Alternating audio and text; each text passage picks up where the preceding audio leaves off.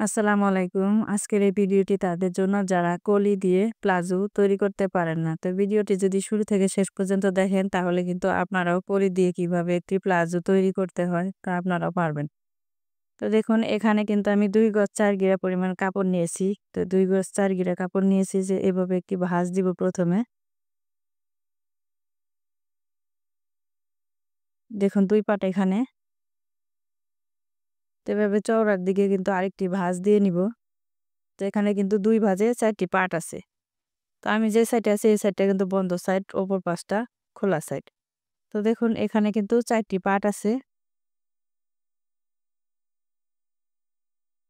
তো আমি যার জন্য প্লাজোটি তৈরি করব তার দেখুন প্রথমে কিন্তু আমি রাবার ঘরের জন্য নিব হচ্ছে ২ ইঞ্চি। তো আমি এই পাশে ২ ইঞ্চি নিয়ে স্কেল দিয়ে দাগটিকে এভাবে সোজা করে দিয়ে নিব। তারপর আমি লম্বার মাপটি নিয়ে নিব। তো দেখুন লম্বা হচ্ছে ৩৮ ইঞ্চি। সেলাইয়ের জন্য এখানে ১ ইঞ্চি ১ ইঞ্চি বেশি আছে। তো আমি এখানে যে কাপড় যে বাঁচবে বেঁচে যাওয়া কাপড় দিয়ে কিন্তু আমি ভিতর পাশে পট্টি দিব। তো এখান থেকে আমি হাইয়ের লম্বাটি নিব হচ্ছে দেখুন সাধারণ যে আমরা সালোয়ারটি তৈরি করি সাধারণ সালোয়ারের জন্য ৩৮ ইঞ্চির জন্য কিন্তু আমরা ১৪ ইঞ্চি নিব। আর যেহেতু আমি এখানে কলি সেট করব কলির জন্য কিন্তু এখানে ৩ ইঞ্চি বেশি নিয়েছি।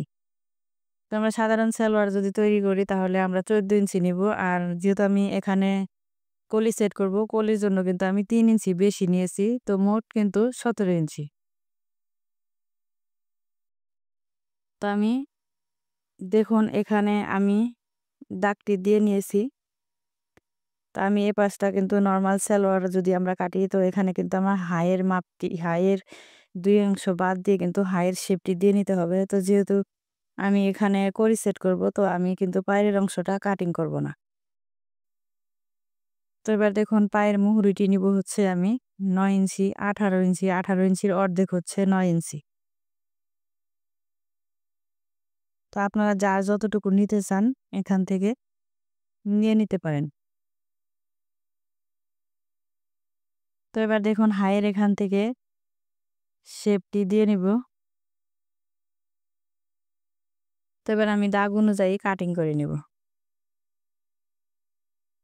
তো এখানে যে জোড়ার সাইডটা আছে এই জোড়ার সাইডটা আমি কেটে আলাদা করে দিব। তো এখানে দেখুন ৪ টি কিন্তু পার্ট আছে। তো ২ টি পার্ট আমি আলাদা করে নিয়েছি। এখানে ২ টি পার্ট নিয়েছি। এখানে ২ টি পার্ট দিয়ে কিন্তু আমি কলি কাটিং করব। তো এভাবে দেখুন মাঝখানে ভাঁজ দিয়ে নিয়েছি। ভাঁজ দেওয়ার পরে এভাবে ফিতাটি দিয়ে আমি দাগটিকে সোজা করে নিচ্ছি। সোজা করে নিয়ে এখানে নিব হচ্ছে ২.৫ ইঞ্চি। চওড়ার দিকে ২.৫ ইঞ্চি নিয়েছি। আর এখান থেকে দেখুন লম্বা নিব হচ্ছে ৮ ইঞ্চি। তো এভাবে ২.৫ ইঞ্চি আর ৮ ইঞ্চি নিয়েছি এভাবে কিন্তু কোনা করে কেটে নিব। তো আমি যে এখানে বাড়তি যে আছে কাপড়টা এটা কিন্তু কাটবো না। আমি এখানে হাইয়ের এখানে দেখুন রেখে এখানে একটু কোনা করে কেটে দিব। যাতে হাইয়ের শেপটা সুন্দর হবে। তো এখন আমি সেলাই করে দেখাবো কিভাবে একটি প্লাজো সেলাই করতে হয়। তো দেখুন প্লাজোটির যে আমি কাটিং করেছি এখানে এটা হচ্ছে সোজা সাইড। তো এই সোজা সাইডটা যে পায়ের অংশ আছে এই পায়ের অংশ কিন্তু আমাদের কলিটি সেট করতে হবে। তো দেখুন ২ পাশে কিন্তু আমি কলি সেট করে দেখাবো। তো আমাদের কলিটির দেখুন কোনা সাইডটা কিন্তু উপর দিকে দিতে হবে আর যেখানে ২ কোনা আছে তো ২ কোনার সাইডটি কিন্তু নিচ দিকে দিতে হবে। নিচ দিকে দিয়ে এভাবে সমান করে ধরে এভাবে ২ টি পার্ট এক জায়গায় রেখে কিন্তু সেলাই দিতে হবে। দেখুন এখানে কিন্তু অবশ্যই ডাবল করে সেলাই দিবেন। তো কলিটি কিন্তু এরকম হবে। তো আমি এই পাশটাও কলি লাগিয়ে দেখাবো কিভাবে আপনারা কলিটি সেট করবেন। তো দেখুন এ পাশেও কিন্তু এভাবে ধরতে হবে ধরে সমান করে নিয়ে তো আমি সেলাইয়ের কিন্তু সুবিধার জন্য আমি কাপড়টিকে ঘুরিয়ে নিব। তো লক্ষ্য করুন, যদি আপনারা মনোযোগ সহকারে ভিডিওটি দেখেন, দেখলে কিন্তু আপনারা খুব সহজে কলি দিয়ে প্লাজোটি তৈরি করতে পারবেন। তো এখানে দেখুন আমি কিন্তু নিচ পাশ থেকে কিন্তু কলিটি ধরেছি। তো দেখুন এ পাশেও কিন্তু আমার জয়েন দেওয়া হয়েছে।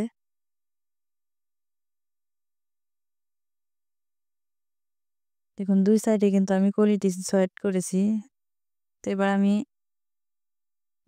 যে সাইডে কলি লাগাইছি এই পাশটা কিন্তু নিচ পাশে রেখেছি, রেখে আরো উপরে কিন্তু আরেকটি পার্ট রেখে ২ টি পায়ের অংশ এভাবে সমান করে ধরে দেখুন এখানে মেশিনটি আমি থামিয়ে রাখবো, রেখে এভাবে ভিতর দিয়ে কিন্তু আমাদের কলিটি ঢুকিয়ে দিয়ে কিন্তু ২ টি মাথা সমান করে ধরে এভাবে সেলাই করে নিতে হবে।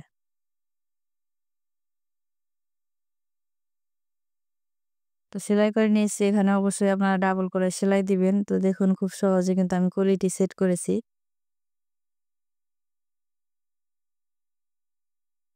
তো অপর পাশটাও কিন্তু আমাদের এভাবে সেলাই করে নিতে হবে।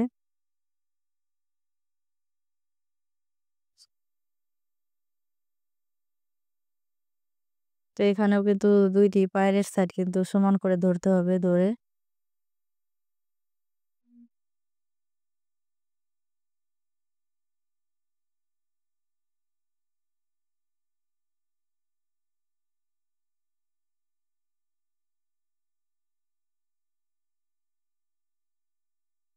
দেখুন মেশিনটি কিন্তু এইভাবে আমাদের থামিয়ে রাখতে হবে। যেখানে যে আমাদের যে সেলাইয়ের সাইডটা আছে এটা কিন্তু উপর দিকে যদি আমরা উঠিয়ে দেই তাহলে কিন্তু ফিনিশিংটি অনেক সুন্দর আসবে।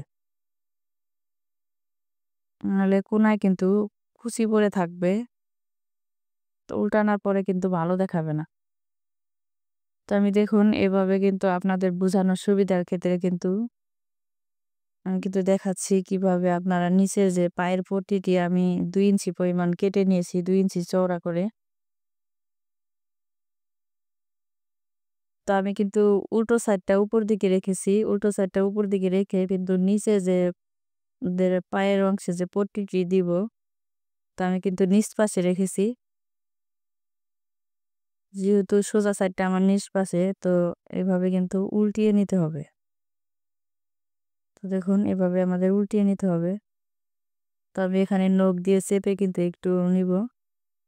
তাতে ফিনিশিংটা অনেক সুন্দর আসবে। যেহেতু আমার এখানে পট্টির কাপড় যে আমি কেটেছি, কাপড়টি কিন্তু একটু কম ছিল। এজন্য কিন্তু আমার পট্টির কাপড়টি ছোট হয়েছে। তো এভাবে দেখুন একটি পায়ের মুহুরি কিন্তু আমি সেলাই করে নিয়েছি। তো আমি আরেকটি মুহুরিও সেলাই করে দেখাবো।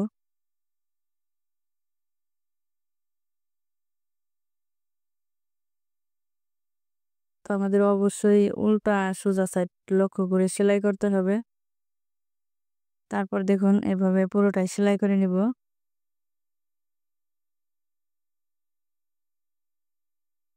তারপর একটা নখ দিয়ে চেপে নিব এটাও।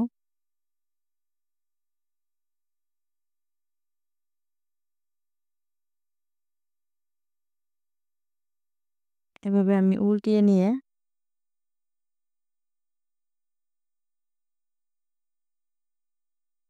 এই সাইড দিয়ে দেখুন সেলাই করে নিব এবার। তো যারা একদম সেলাই কাজে নতুন তাদের আমি বোঝানোর সুবিধার ক্ষেত্রে কিন্তু ২ টি পায়ের মুহুরি আমি কিভাবে পট্টি লাগাতে হয় তো আমি কিন্তু দেখাচ্ছি।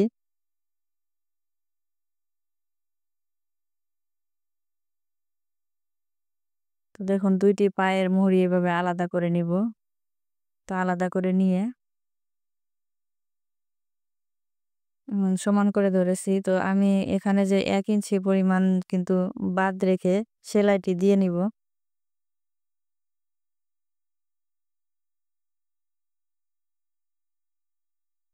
তো এভাবে কলিটি আমাদের সমান করে ধরতে হবে। ধরে এবার নিচে দেখুন মুহুরিটি আমাদের দেখতে হবে সমান আছে কিনা।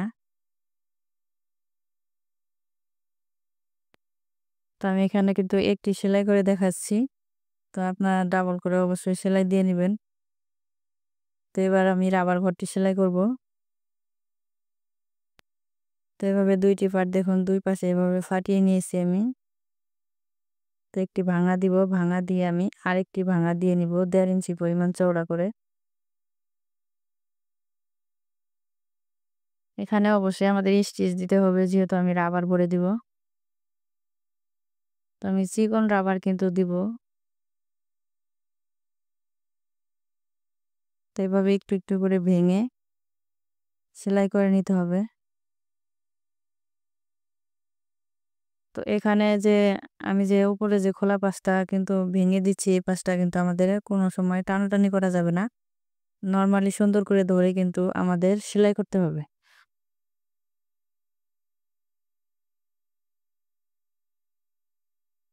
তো দেখুন একটু ফাঁকা রেখে কিন্তু আমি এখানে স্টিচ দিয়ে নিচ্ছি। তো এখানেও মাঝখানে আমি সেলাই দিয়ে আরেকটি দিব। যেহেতু ২ পাশে আমি ২ টি রাবার দিব। তো এখানেও আমি এভাবে সেলাই করে দিব।